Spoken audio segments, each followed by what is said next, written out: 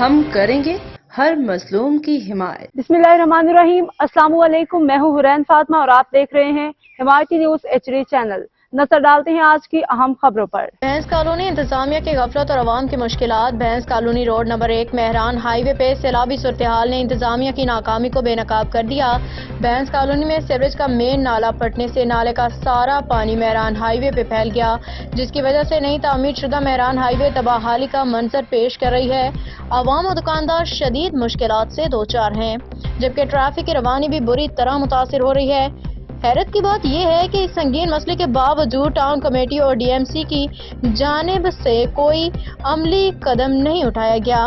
عوام کے مطابق انتظامیہ علاقے سے غائب ہے اور پیپلز پارٹی کے نمائندے، جن کی ذمہ داری عوام کی خدمت ہے، مکمل طور پہ خاموش ہیں۔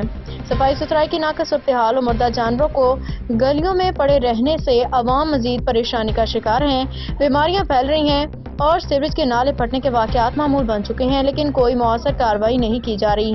ہم ٹاؤن کمیٹی کے چیئرمین نذیر بھٹو صاحب سے درخواست کرتے ہیں کہ وہ فوری طور پہ اس مسئلے کا نوٹس لیں اور انتظامیہ کو علاقے میں بھیج کے عوام کی مشکلات کو حل کریں۔ پیپلز پارٹی کے نمائندوں سے یہ بھی سوال کیا جاتا ہے کہ کیا بھینس کالونی کے عوام ان کی ترجیحات میں شامل ہیں یا یہ علاقہ ان کی نظروں سے اوجھل ہے؟ یہ وقت ہے کہ عوام کے مسائل کو سنجیدگی سے لیا جائے، فوری اقدامات کیے جائیں تاکہ عوام کو اس پریشانی سے نجات مل سکے۔ اگر یہ غفلت جاری رہی تو عوام کا اعتماد مزید متزلزل ہوگا اور آئندہ انتخابات میں اس کا اثر ضرور دکھائی دے گا۔ حاکم علی دل کی رپورٹ۔ اب تک کے لیے اتنا ہی۔ مزید خبروں اور اپڈیٹ سے باخبر رہنے کے لیے دیکھتے رہیں حمایتی نیوز HD چینل۔